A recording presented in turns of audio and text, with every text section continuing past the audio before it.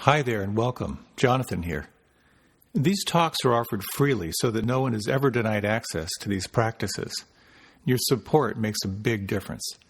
If you feel inspired to make a donation, please go to jonathanfoust.com. Thank you.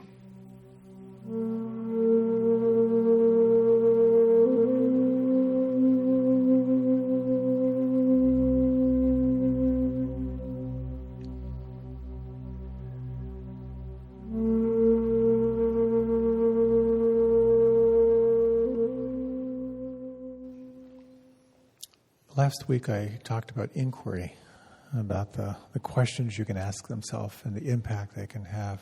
And my intention is to continue on with that in this talk. But as it usually happens when I have a particular talk I'm doing, life gives me an experience to work through. So this morning I woke up with a migraine.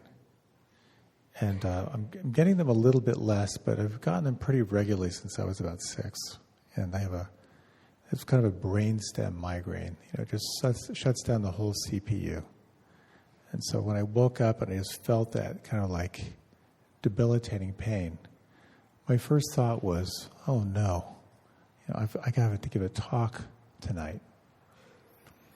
And then I immediately went to a question, which is one of the powerful questions for reframing a problematic situation.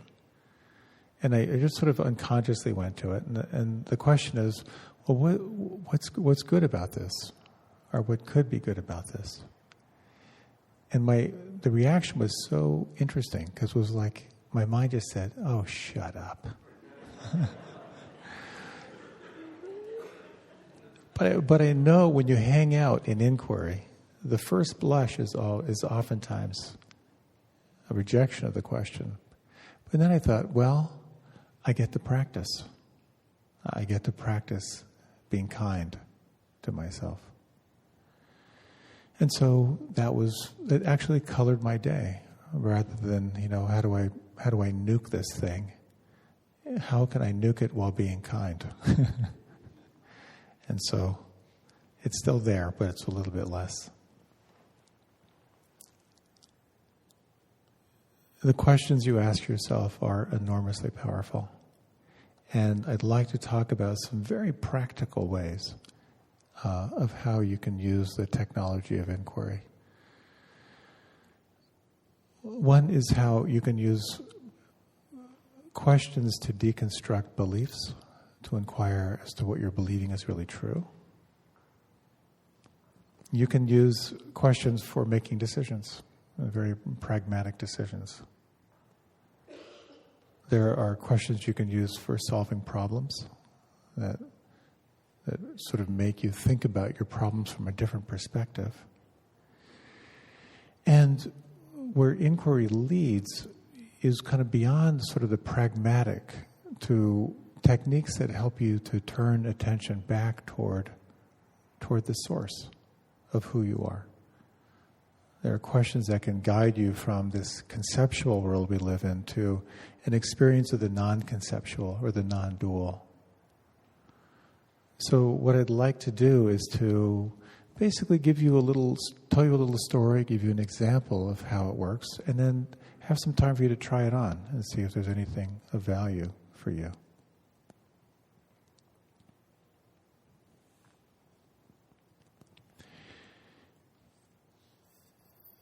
We've talked a lot here about the practice that we call RAIN, R-A-I-N, which is how to investigate anything that's troubling you, whether it be physical pain, emotional turbulence, when your mind is obsessing on something.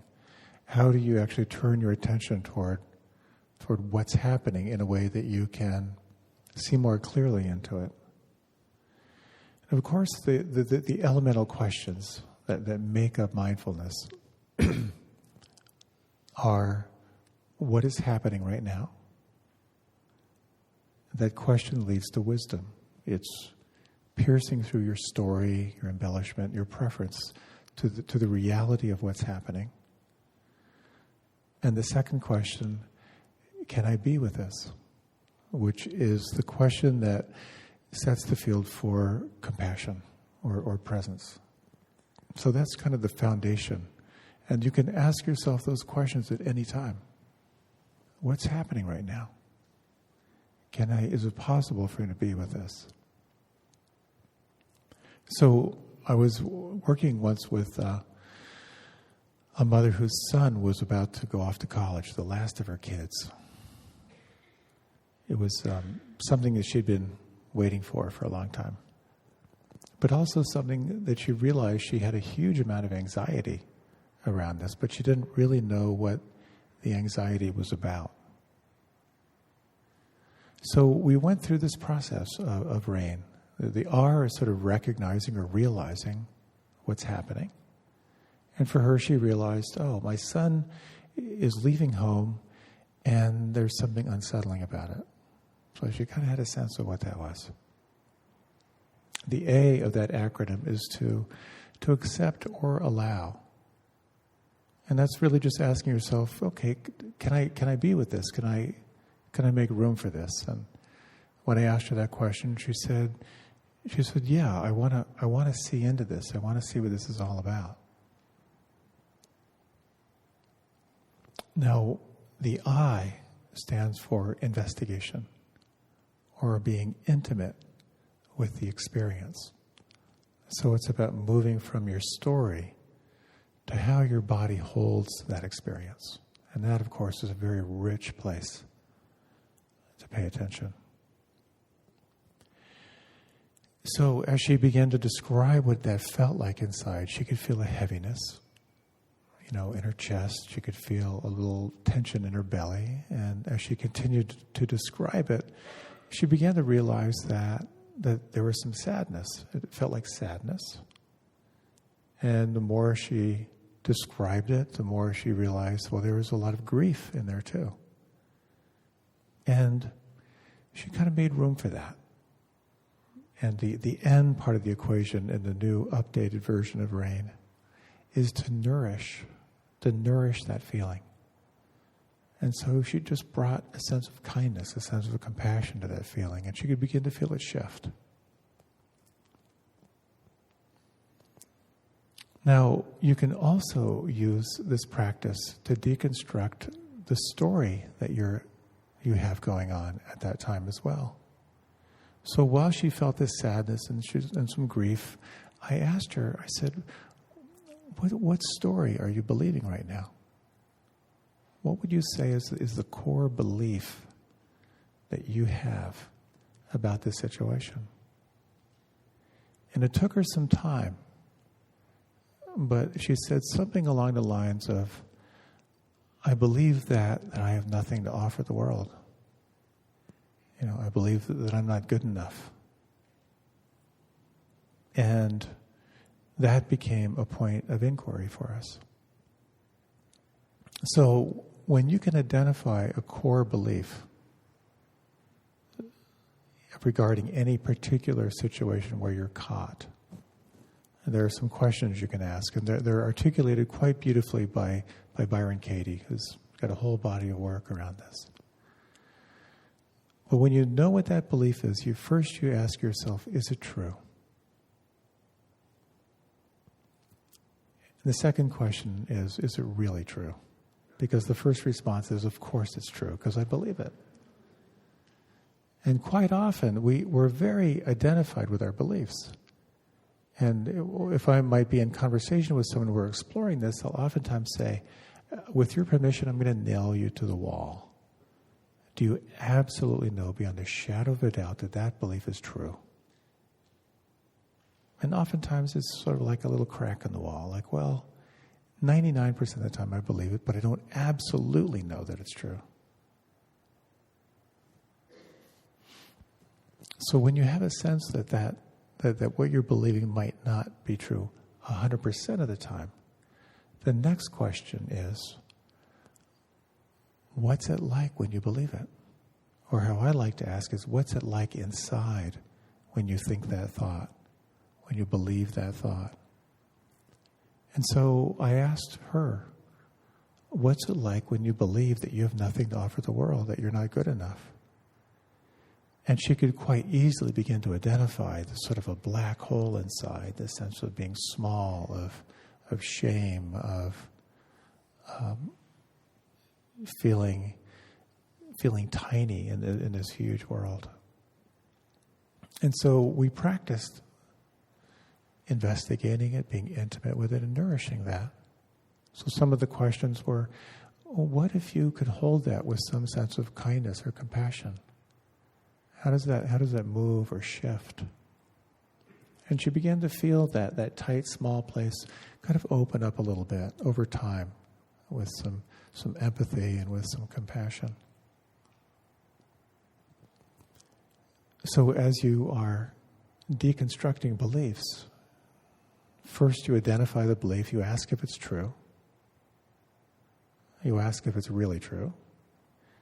And it's most important that you really take time to examine what it's like when you believe it, because that is how your whole nervous system holds that belief. And when you have a really good sense of that, the next question is taking out the samurai sword. And you ask, who am I without that belief? And so when I asked this woman, who are you without that belief, that you have nothing to offer the world, she began to describe a sense of ease, a sense of expansion, a sense of possibility, and a real sense of joy. And as we continued to sort of describe that, she realized that what she was calling nervousness actually had a quality of excitement. And she didn't know what she was going to do, but she could remember that of what it was like to ask herself, who am I without that belief? To get that glimpse of spaciousness and possibility. So I thought we might explore this, if you like. If you like, you can close your eyes. I'll be offering you a series of questions which might not quite be in sync with where you are, but you can sort of do your best here. And if you like, take a little bit of time to reflect on just something problematic in your life, some complaint you might have. I often suggest you choose something on a scale of 1 to 10, maybe a 5 or 6, not that major issue you've been battling with since you were 2 years old. So think of a problematic situation or some complaint that's going on in your life. And if you need a little more time to find that, just raise your hand.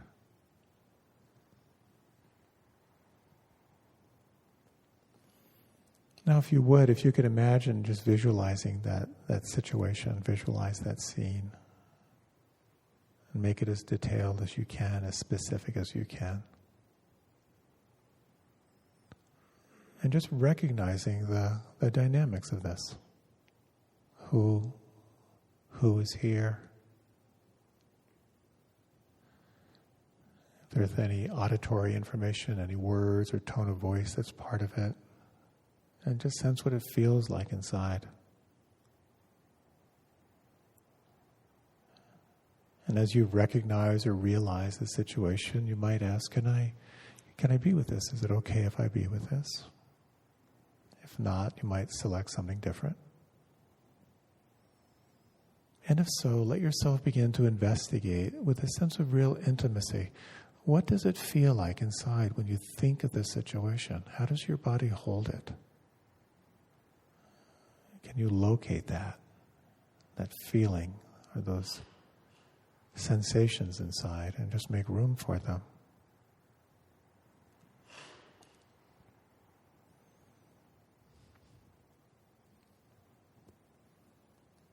And is there a sense of what you are believing about yourself? This may take some time. What would you say is the core belief you have about yourself?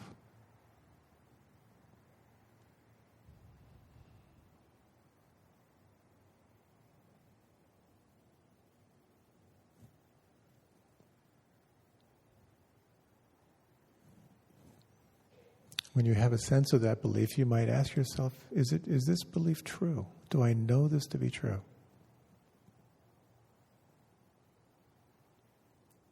Do I know beyond a shadow of a doubt that this belief is true?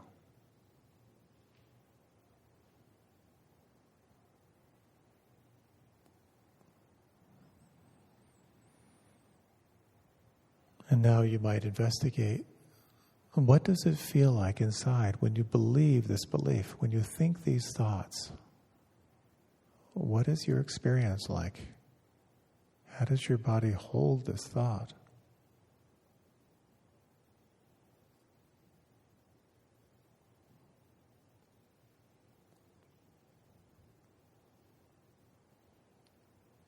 And what is this like at its most chronic, at its worst?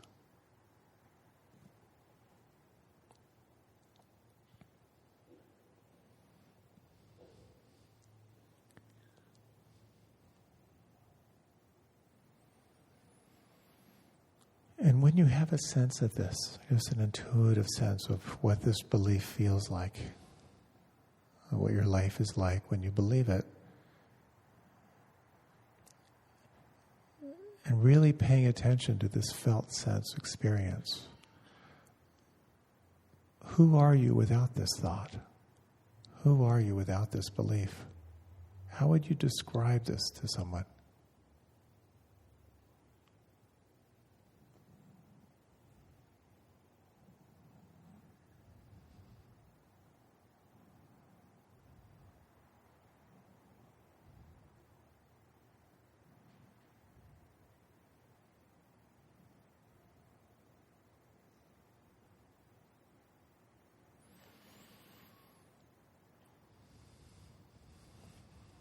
And just sensing anything that may have shifted for you over this inquiry.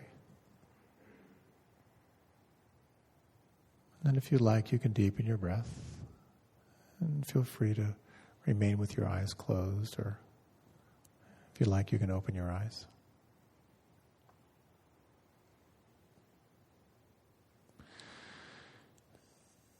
So you may have had some kind of a shift in relationship to that particular situation or that particular issue. And that's where what inquiry can point to. We tend in our lives to be so identified and so tight with our issues. And questions can have a very powerful way of reframing our experience. Just to sense who you are without that belief. It might be just a glimpse of possibility or spaciousness. And it cultivates a shift in identity, because we are generally identified with our issues. We're identified with our complaints.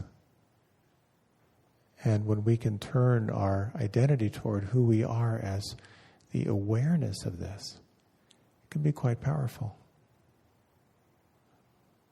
As the saying goes, awareness isn't sad. Awareness isn't grieving. But awareness is aware of grieving. It is aware of sadness. So these two elemental questions, what's happening right now? To call on wisdom to identify what's real. Can I be with it? To call on your capacity to make room for your experience. These are the elemental qualities of the practice. And those four questions can be very, very helpful at times. When you can identify the story that's driving you, inquire as to whether it's true, and take your time to really acknowledge what your life is like when you believe it. And then take out the samurai sword and ask who you are without that thought. It could be juicy. So the questions you ask yourself can create a shift in terms of deep-seated issues that you've carried in your life. And it can also help you in making decisions. Whenever you are caught in making a decision, if whenever you're conflicted, basically what it comes down to is there's something inside that wants to do something, and there's something inside that doesn't want to do something. And depending on which one has the microphone, you're going to be conflicted by either one of those voices. And quite often it's more than two voices. It's a whole chorus. As someone said, we're actually run by committee. So I was talking with a woman once who was invited to write a book. A short story of hers was published, and the publisher really liked it and said, we'd like you to write a book. And she was conflicted. Initially, she was just so pleased and excited about the possibility of doing this. The more she began to sit with, the more anxiety began to build up for her. And so she realized that there was something in her that was excited by the possibility of a big project, of making money, maybe some notoriety. But there was also something inside that was terrified. And she was wondering, can I do it? I've never written a book before. Can I actually do this? I'm actually setting myself up for criticism and for ridicule. What if it's horrible? And so we explored which of these options would be most enlivening. And there's a beautiful process I know I've shared before, and I'll guide you through this. It's a really kind of a neat way for making decisions. When you have a decision and you're conflicted, to clarify the options you have. If you can get it down to 2, that's best. 3 is a possibility. And then to ask yourself, well, which one of these would I like to investigate? And then you just simply ask your body, if I were to do this, what would it feel like? And then pay attention. So as we did this, she said, well, I want to choose the route of going for it. Signing the contract and writing the book. So I said, okay. So as you imagine doing that, how does your body respond? And she immediately went, oh, good. And she felt, her gut tightened up and her chest got tight, her breathing got shallow. So an interesting thing, whenever there's a sense of upset, there's inevitably something that you're needing that isn't there. So as we explored this kind of tight place inside, we practiced those elements of rain, of investigating and being intimate with the experience, of nourishing it with compassion and so forth. And I asked her, what would you need in order to pursue this particular path? And she thought, and she said, I would need a lot of time to do this. I would need my husband to be willing to let me do this. I would have to let go of my fear of being judged. And I would have to let go of so tightly needing to control my kids, give them some space so I can do this. And then I asked, if you could have all of that, not perfectly and not all the time, would you want to write the book? If you had support from your husband, if you had time, if you were able to let go of judgment. And she said, I so want to write this book. And it was very clear for her. So those questions of when you can clarify an option and then just select one and ask your body, what does this feel like if I went down this road? And usually, because it's a risk, inevitably there's going to be some clench of some kind.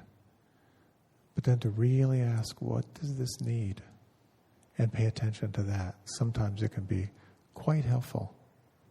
So if you like, we'll try this on. a little Zen pop quiz meditation. If you like, you can close your eyes. And you might just reflect on some decision you have to make. And this doesn't have to be a big life issue. You can make this as simple as what you're going to have for breakfast tomorrow morning. It works on all different levels. So take a few moments and just think of some decision you have to make in the next little while.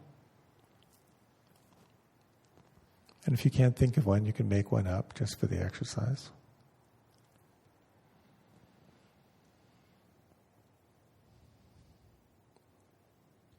And now you might sense if you can get the options down to 2 different options, or maybe 3. What are 3 possible options for you here?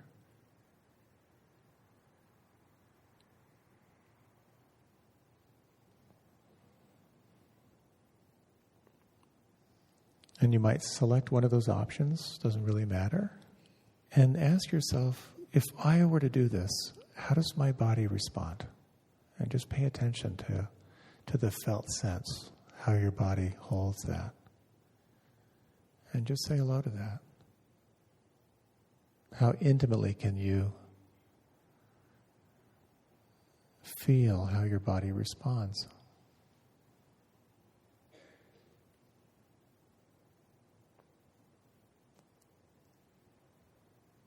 And you might ask, if you were to follow this option, what would you need?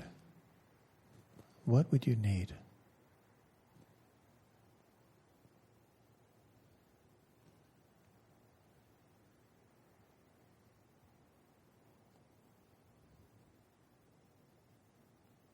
And if you had that, not perfectly, not all the time, but if you had that more, how does that option feel now?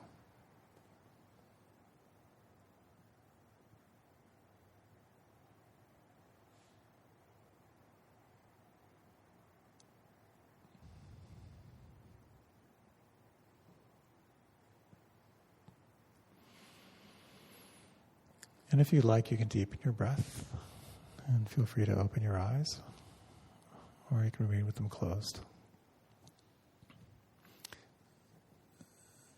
So was that helpful in some way? When I remember, which is not that often, I really try to practice that, even in mundane decisions. Just to figure out 2 options, select one mentally, ask my body, well, how would that feel? And then to sense, well, and what would I need if I were to pursue that? It's a beautiful way of really exploring the resistance that you might have. Because wherever there's resistance, there's something about an unmet need. There's something holding us back from pursuing. So another practical application of inquiry, and this has to do with pointed strategic questions to help you solve problems. I know I've shared this before, but I'd like to review it because it's so practical. So remember the story of the woman whose son was going off to college. So there's another way to kind of work an issue like that. And so as she was with this issue, I asked her 5 questions. These are the 5 problem-solving questions. So this dilemma of her son is going and she was sort of uneasy. So the first question is, well, what's good about this? Or what could be good about this? And she said, well, he's growing up. He's moving on. And I guess that's good. And I have a growth opportunity. And the next question is, well, what's not perfect yet? And she said, well, what's not perfect yet is I don't know what's next for me. And I'm scared. I have no idea what I'm supposed to do in this life. The next question is, what are you willing to do in order to resolve this? And she thought about it and she said, well, I'm talking to you. You know, I'm willing to really do what I need to do to see clearly into this, because I know there's something on the other side of my anxiety and my fear. The next question is, what are you no longer willing to do? It's a very interesting question. And she said, I'm no longer willing to live like this. I'm no longer willing to live with this existential angst about not being enough.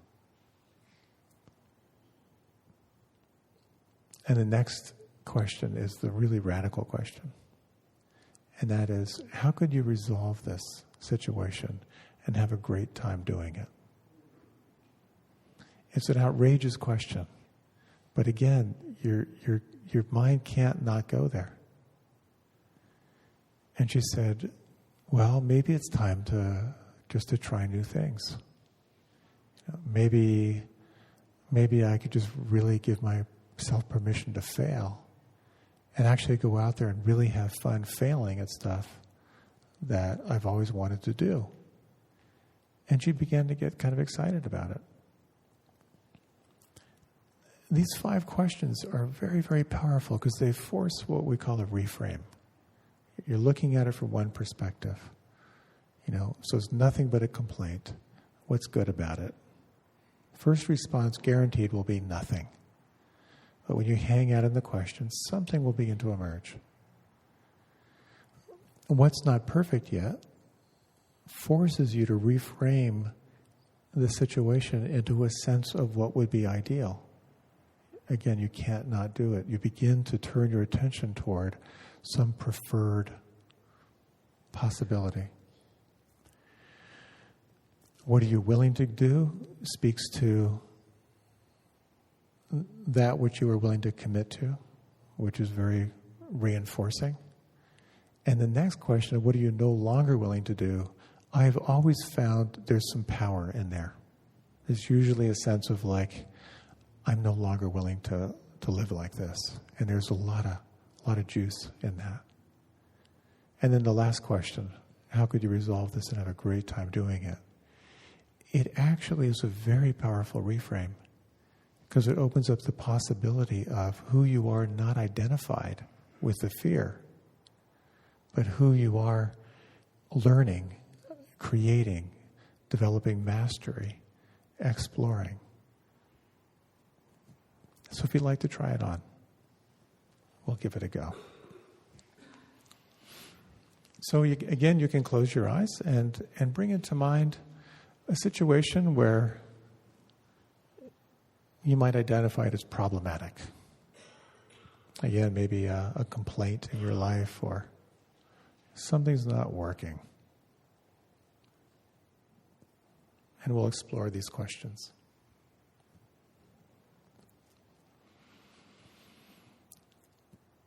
As you think about this situation, what's good about it? Or what could be good about it?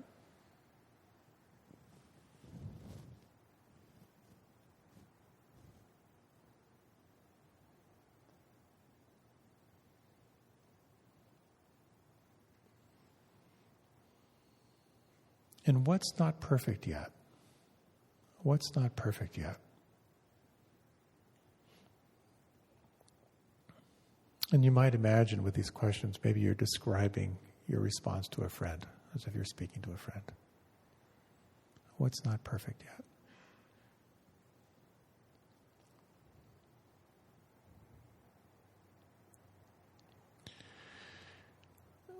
What are you willing to do in order to resolve this? What are you willing to do?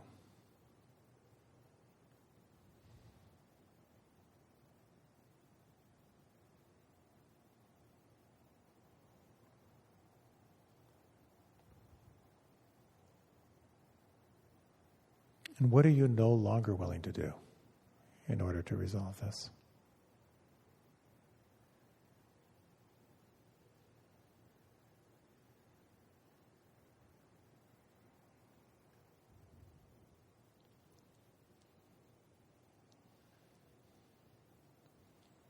And how could you resolve this and have a great time doing it?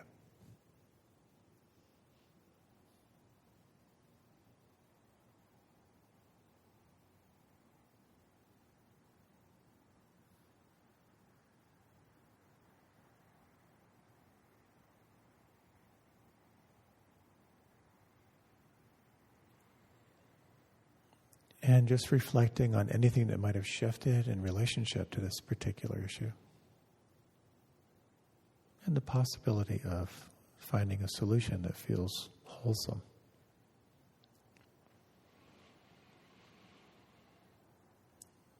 And then when you're ready, you can let your eyes open. So there's a pragmatic quality of inquiry that can help you make decisions, can help you solve problems. But in terms of spiritual practice, there are the kinds of questions you can ask that help to turn your attention from the thinking, judging, comparing mind to what we could call non-conceptual awareness, to pure presence.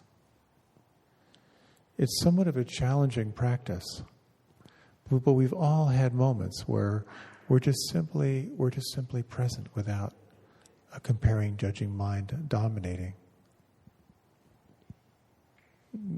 Classically, what we're doing is we're turning our attention from what we're looking at to what it is that is perceiving. The classic analogy is you're at a movie theater and you're watching the movie and you're seeing this incredible drama playing on, but then you turn from the screen back to the light behind the movie that's passing in front of the light. So how do you turn your attention back toward the source itself? And inquiry can be a way of doing that. To ask yourself, who am I? Is the classical inquiry. What is it that is breathing right now? What is this? Who is perceiving right now? So I'd like to close with a short meditation, just with a little taste of how questions might open you to the sense of spacious awareness. So if you like, you can close your eyes.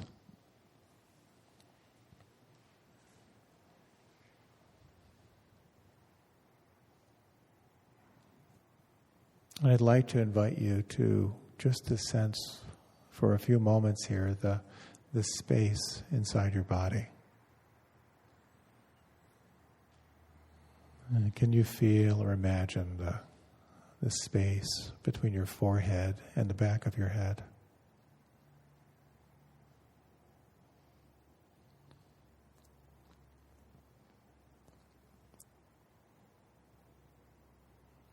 Can you feel or imagine the space inside your sinus cavities as you breathe?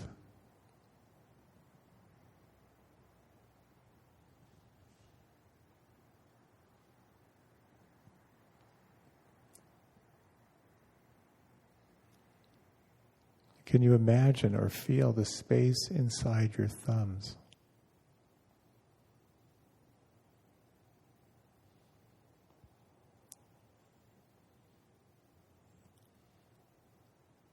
Can you imagine this perception of space as effortless?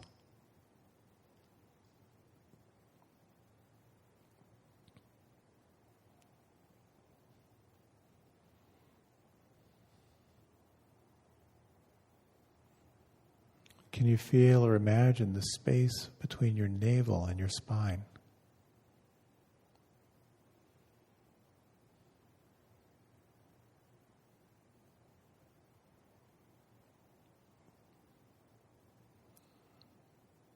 Can you feel or imagine the space between your breastbone and your spine?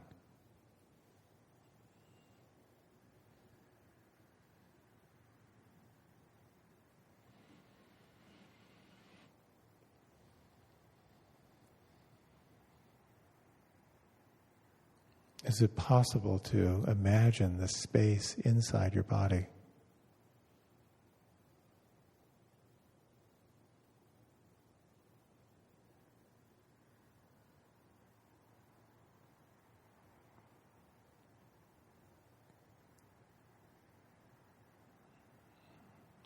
Can you imagine the space outside your body?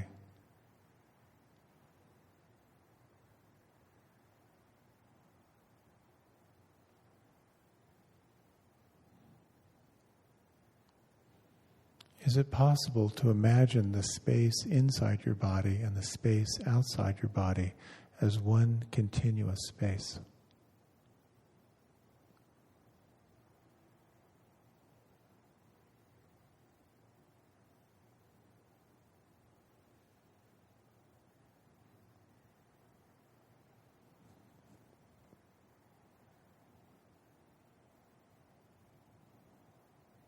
Can you imagine this perception of space as effortless?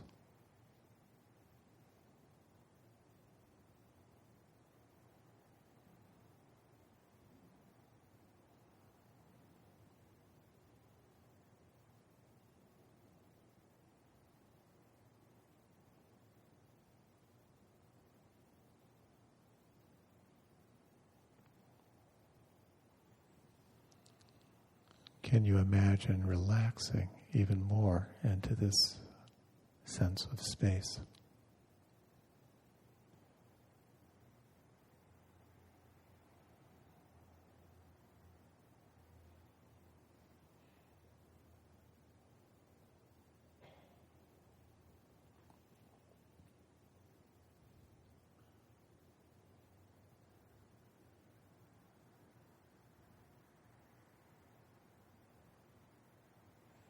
Can you imagine what it means to be aware of awareness?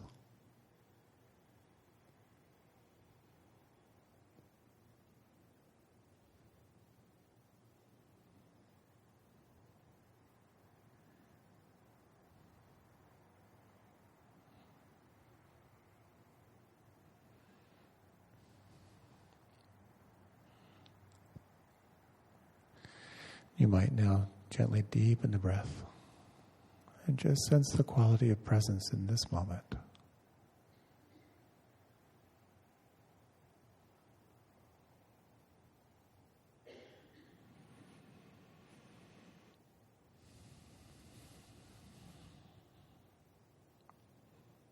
And as you're ready, you might deepen your breath.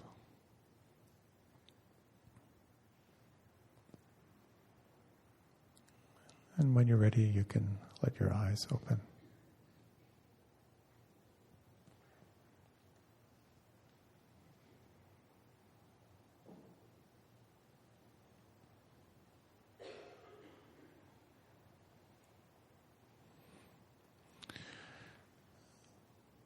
There are many questions we can ask ourselves.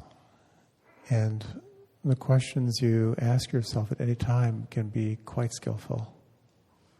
They can help you reframe a place where you get stuck. They can help you deconstruct something that you're holding on to. And they can give you a taste of what it means to simply be awareness itself. So thank you for your kind attention tonight. I hope this was helpful in some way. A few announcements before we close. The Year of Living Mindfully is still open for applications. If you're interested, feel free to check in with me afterward. There's more information in the newsletter and so forth. If you'd like to be on the mailing list, you can sign up over there. Next week, actually on Thursday, I'm leaving for a 10-day silent retreat at a place called the Forest Refuge. If you're not familiar with that, it's in central Massachusetts. It's this beautiful facility that's designed for long-term meditators. So it's 10 days of unstructured silence in the woods. So I'll be thinking of you and sending you metta. Along with the Patriots, will be in the playoffs while I will be ensconced. And next week we have Dr. Joseph Bobrow will be here. Very, very interesting guy. He is a Zen priest.